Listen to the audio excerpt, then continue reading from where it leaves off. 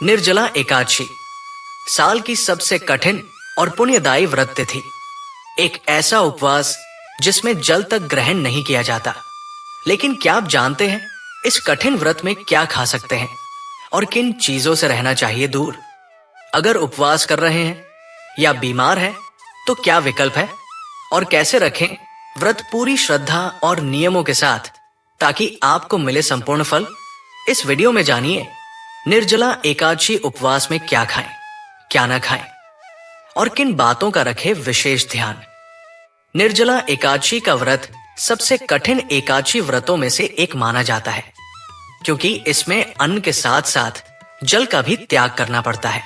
निर्जला एकादशी के उपवास में क्या खाएं, क्या नहीं खाएं और व्रत कैसे पूरा होगा?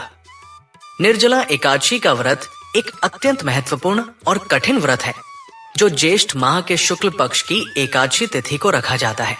इस व्रत को पांडव एकादशी या भीमसेनी एकादशी के नाम से भी जाना जाता है, क्योंकि पौराणिक कथा के अनुसार पंच पांडवों में से एक भीमसेन ने भी इस कठोर व्रत का पालन किया था।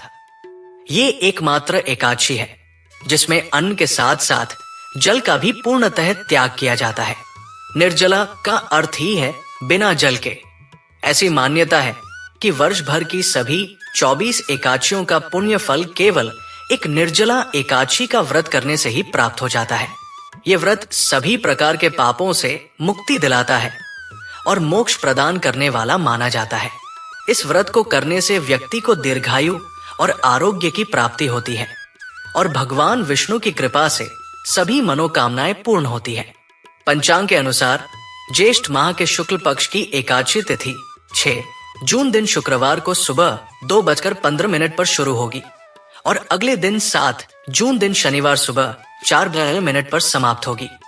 उद्यातिथि के अनुसार निर्जला एकादशी का उपवास 6 जून को ही रखा जाएगा और पारण व्रत खोलने का समय 7 जून दोपहर 1:44 से 4:31 तक रहेगा। वैष्णव संप्रदाय के लोग 7 जून को भी व्रत रख सकते हैं। निर्जला एकादशी उपवास में क्या खाएं? पंडित रामनरेश नौटियाल ने टीवी 9 हिंदी डिजिटल से बातचीत में बताया कि निर्जला एकादशी का अर्थ ही है बिना जल के। इस व्रत में अन्न और जल दोनों का पूरी तरह से त्याग किया जाता है। ये सबसे कठोर एकादशी व्रत है। यदि कोई व्यक्ति शारीरिक रूप से इतना सक्षम नहीं है कि वो पूरे दिन बिना अन्न और जल के रह सके, जैसे बीमार व्यक्ति, बहुत बुजुर्ग, गर्भवती महिलाएं या छोटे बच्चे, तो वे फलाहार और जल ग्रहण कर सकते हैं। लेकिन ये तभी करना चाहिए जब आप निर्जला व्रत रखने में बिल्कुल असमर्थ हो। अगर फलाहार लेते हैं तो फल सभी प्रकार के, जैसे केला, सेब, संतरा, अंगूर, पपीता खा सकते हैं। दही, छाछ, पनीर घर का बना, सूखे मेवे, बादाम, किशमिश, काजू, अखरोट, गैरनाज आटा, कुट्टू का आटा, सिंघाड़े का आटा, साबूदाना, पानी, बहुत जरूरी होने पर चाय और कॉफी, दूध और चीनी के बिना। निर्जला एकादशी उपवास में क्या नहीं खाएं? सख्ती से वर्जित। पूरे व्रत के दौरान एक बूंद भी जल ग्रहण नहीं किया जाता है।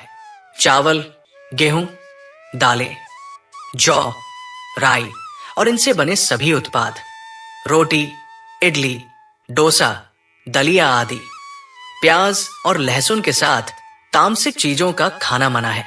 मांस, मछली और अंडे पूर्णतः वर्जित। आम नमक का सेवन नहीं किया जाता है, केवल सेंधा नमक का उपयोग कर सकते हैं। लाल मिर्च, धनिया पाउडर, हल्दी पाउडर जैसे तेज मसाले वर्जित है। तला हुआ भोजन नहीं करना चाहिए।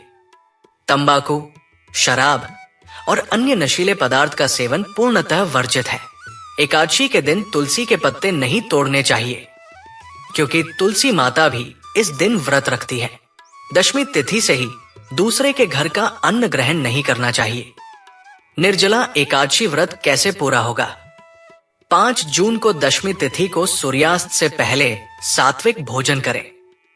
दोपहर के बाद अन्न ग्रहण न करें और ब्रह्मचर्य का पालन करें। सूर्योदय से पहले उठकर स्नान करें और स्वच्छ वस्त्र धारण करें। भगवान विष्णु का ध्यान करते हुए निर्जला व्रत का संकल्प लें। संकल्प में अपनी मनोकामना कहें।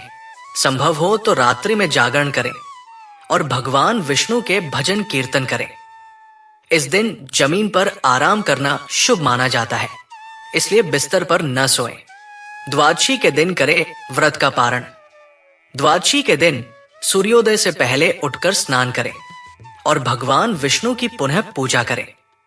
ब्राह्मणों या जरूरतमंदों को अपनी सामर्थ्य के अनुसार अन्न, जल, वस्त्र, छाता, पंखा, जूते, फल आदि का दान करें। इस दिन जल से भरा कलश दान करने से विशेष पुण्य मिलता है। व्रत का पारण द्वादशी तिथि के शुभ मुहूर्त में ही करें।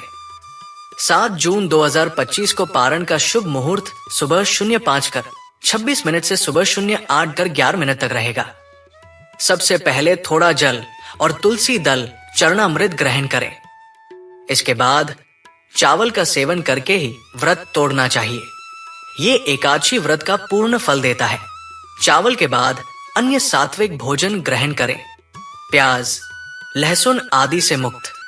निर्जला एकादशी का व्रत श्रद्धा और भक्ति भाव से करने से भगवान विष्णु की असीम कृपा प्राप्त होती है और सभी पापों से मुक्ति मिलकर मोक्ष का मार्ग प्रशस्त होता है। तो साथियों, अब आपको स्पष्ट हो गया होगा कि निर्जला एकादशी व्रत को कैसे सही ढंग से किया जाए, क्या खाएं और क्या न करें। याद रखिए, व्रत का उद्देश्य केवल उपवास नहीं, बल्कि मन, वाणी और कर्म से शुद्ध होना है। अगर ये जानकारी आपके लिए उपयोगी रही हो तो वीडियो को लाइक करें, अपने भक्त मित्रों के साथ शेयर करें और चैनल को सब्सक्राइब जरूर करें, ताकि सनातन धर्म की ऐसी दिव्य जानकारियां आप तक निरंतर पहुंचती रहें। मिलते हैं अगले धार्मिक वीडियो में। तब तक के लिए जय श्री हरि।